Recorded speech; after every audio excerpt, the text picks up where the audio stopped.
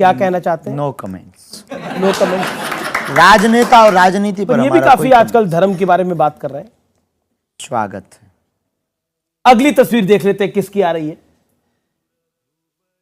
नरेंद्र मोदी और योगी आदित्यनाथ, एक देश के प्रधानमंत्री हैं, एक उत्तर प्रदेश के मुख्यमंत्री हैं। राजपीठ के इस देश की प्रमुख सत्ता पर जो बैठे हैं और राष्ट्रहित जो कर रहे हैं, उन सबको बागेश्वर पीठ से साधुवाद।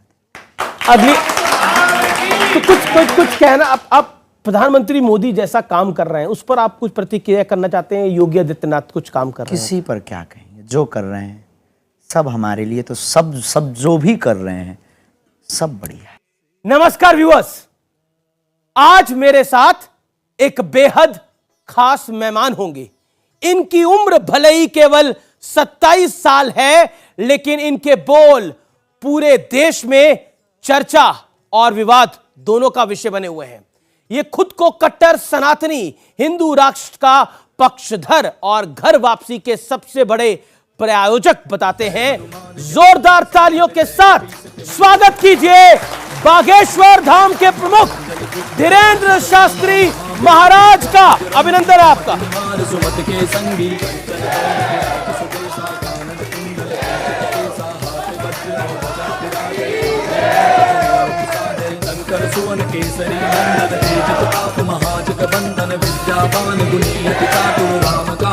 अभिनंदन है आपका।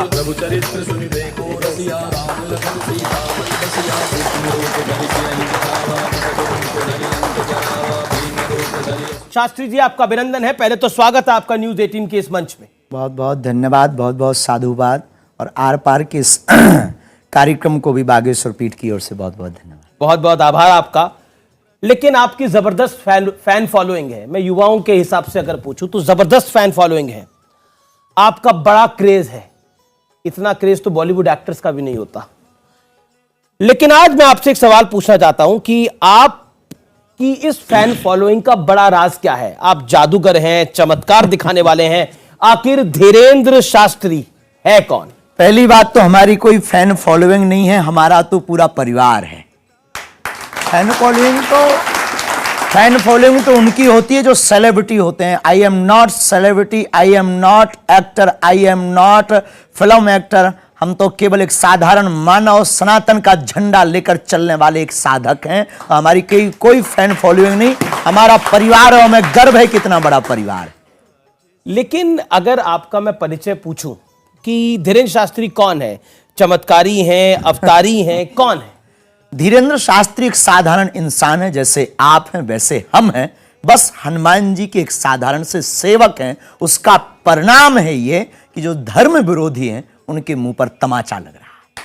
तो आपके पास ऐसा क्या गुण है? मैं इस सवाल को ऐसे पूछता हूं कि आपके पास ऐसा क्या गुण है कि हनुमान जी ने आपको चुना? सच्चाई बोलने का गुण है और निडरता के साथ सच्चाई को दावे के साथ रख करके और सबको सत्य से जोड़ने का गुण है। और ये अगर किसी भी इंसान के पास ये गुण आ जाए तो ईश्वरीय दिव्य कृपा को वो स्वतः ही पा जाता है।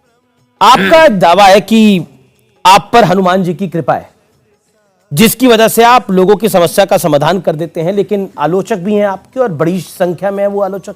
वो कहते हैं कि आप एक माइंड रीडर हैं, इससे ज्यादा कुछ नहीं। पहली बात तो ये दावा हमने कभी नहीं किया कि हम पर ही हनुमान जी की कृपा है। सब पर है सो हम पर है। और दूसरी बात, रही बात माइंड रीडर वाली, कांच में और मणि में बहुत अंतर होता है। चमकदार दोनों होते हैं, पर जो मणि काम करती है वो कांच काम नहीं करता। ये देश सेकुलर है, लेकिन आप हिंदू राष्ट्र की जिद पे अड़े हैं और अपनी बात पे निडर होके क्यों खड़े हैं? अगर हिंदुस्तान में रहने वाला हिंदू राष्ट्र की जिद पर नहीं अड़ा तो वो हिंदुस्तानी है ही नहीं। वो लगता है वेस्ट इंडीज का आदमी है। अगर हिंदुस्तान में रहकर हिंदुस्तानी व्यक्ति हिंद महासागर के सन्निकट रहने वाला ही हिंदू राष्ट्र नहीं कहेगा तो क्या पाकिस्तान वाले कहेंगे? और रही हमारी बात, जिनको जो लगता हो लगने दो। हम अपनी बात से न कभी झुकेंगे, न कभी मुड़ेंगे, न कभी रुकेंगे। भारत हिंदू राष्ट्र था, है और फिर घोषित होकर रहेगा। लेकिन संविधान में सभी धर्मों को समान अधिकार मिला है, सेकुलर है हमारा देश। तो सिर्फ हिंदुओं के आधार पर देश कैसे हो सकता है? पंथ निरपेक्ष राष्ट्र है। संविधान में 125 बार पत्रकार महोदय संशोधन लगभग हो चुका है, 126 बार हिंदू राष्ट्र के लिए भी होना चाहिए। असाउद्दीन ओवैसी आपको बहुत प्रेम करते हैं, बहुत प्यार करते हैं। यू कह दीजिएगा। Same to. और वो इतना प्रेम करते हैं और उन्होंने क्या कहा है मैं सुनाना चाहता हूं आपको। असाउद्दीन ओवैसी सांसद हैं AIMIM के और आपको बहुत प्रेम करते हैं। वो क्या कहते हैं सुनिए जरा। कैसे आप कह सकते हैं कि इस देश को ऐसा बना देंगे? कैसे बनाएंगे आप? तो आप अंबेडकर के संविधान को जला देंगे क्या? इन्होंने कहा कैसे आप कह सकते हैं, जैसे इनके लोग गजवाए हिंद कह सकते वैसे हम भगवाई हिंद कह सकते।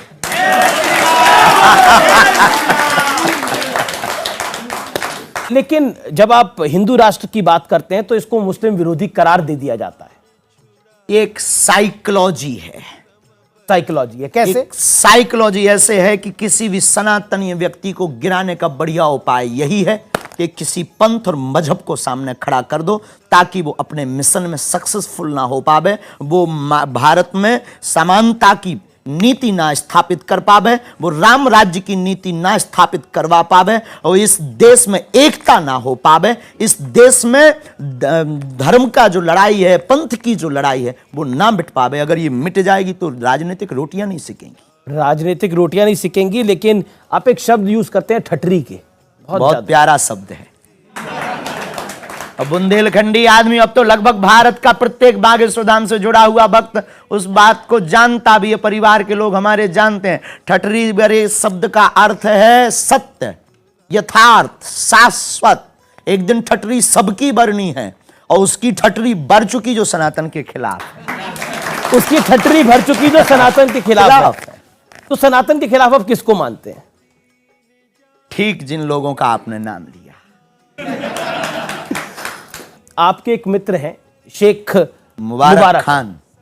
शेख मुबारक खान आपके मित्र हैं। अच्छा, 500-600 मुसलमान परिवार हमारे शिष्य भी हैं, ये भी हम आपको बता देते हैं। हर पंथ के लोग हमसे जुड़े हुए हैं और उनमें कोई दोष नहीं है। और अभी जहां हम कथा करके आए वहां मुसलमान ने तो फूल वर्षा करके हमारा स्वागत भी किया और हिंदू राष्ट्र का भी स्वागत किया। तो यही तो परेशानी है आपसे कई लोगों को। आप क्रिश्चियन को हिंदू बना देते हैं, मुसलमान को हिंदू बना देते हैं। हम किसी को भी धर्म वापसी नहीं करवाते, हम सिर्फ उनको अपने पूर्वज याद करवाते हैं और हिंदू को हिंदू बताते हैं। किसी की हम धर्म वापसी पर भरोसा नहीं करते हैं, कन्वर्जन पर हम भरोसा नहीं करते हैं, हम तो घर वापसी। अब भाई राम जी के शरण में विभीषण आया तो राम जी भगा देंगे क्या? भगाया क्या? आए तो राम जी ने गले, वो भी तो शत्रु का भाई था विभीषण, उन्होंने भी गले लगाया और हम भी प्यारे यही करते हैं, क्या गुनाह करते हैं। शेख मुबारक बॉलीवुड बॉयकॉट के विषय पर, बुलडोजर पर, वो इस तरह के विवादित बयानों से वो कहते हैं मैं सहमत नहीं हूं। उनके सहमत होने या ना होने से हमें कोई फर्क नहीं पड़ता है। मित्र हैं आपके पर। मित्रता तो मोहब्बत होती है। मोहब्बत रंग और धर्म और पंथ नहीं देखती। मोहब्बत तो चांद से भी हो जाती है जो कभी मिलने लायक नहीं होता है। आपने एक बयान दिया, तुम अभी भी नहीं जागे तो तुम्हें भागना पड़ेगा, इसलिए निवेदन है कि सभी हिंदू एक हो जाओ और पत्थर फेंकने वालों के घर बुलडोजर चलवाओ। क्यों? अगर कोई पत्थर फेंके तो क्या करें? स्वागत करें। हमने सिर्फ विनम्रता पूर्वक कहा आत्मरक्षा। हमारा यह बयान पूर्णतया अहिंसात्मक है। इसमें हिंसा को, बुलडोजर चलवाना अहिंसात्मक है। इसमें हिंसा को किंचित मात्र भी जगह नहीं है। हमने ये नहीं कहा है कि किसी का घर मिटाओ, हमने ये कहा है कि ना तुम पत्थर चलाओ ना हमसे बुलडोजर चलवाओ। आज एक दौर है, आप कई लड़कियों की शादी कराते हैं जो कि बहुत नेक काम है, इसमें कोई इसकी तारीफ भी मैं करना चाहता हूं। आप कई बच्चियों की शादी कराते हैं, गरीब लड़कियों की शादी कराते हैं, लेकिन कभी आपको अपनी बहन की शादी के लिए दूसरों की मदद मांगनी पड़ी थी? तब शेख मुबारक ने आपकी मदद करी थी। हाँ, उन्होंने की। बहुत लोगों ने उस वक्त हमारी मदद की, उसमें शेख मुबारक एक ने बहुत अच्छी भूमिका निभाई। देखो, हम आप सबको बताएं, यहाँ जो बैठे हैं, जो टीवी पर आर पार पर देखेंगे, हमने अपने जीवन काल में बहुत झंझट। देखो, आपकी महंगी गाड़ी चलाने वाला अक्सर रिक्शे से घर जाता है, करोड़ों अरबों का बंगला बनाने वाला अक्सर बिना छत के सोता है, दुनिया को हंसाने वाला अक्सर अकेले में रोता है। ये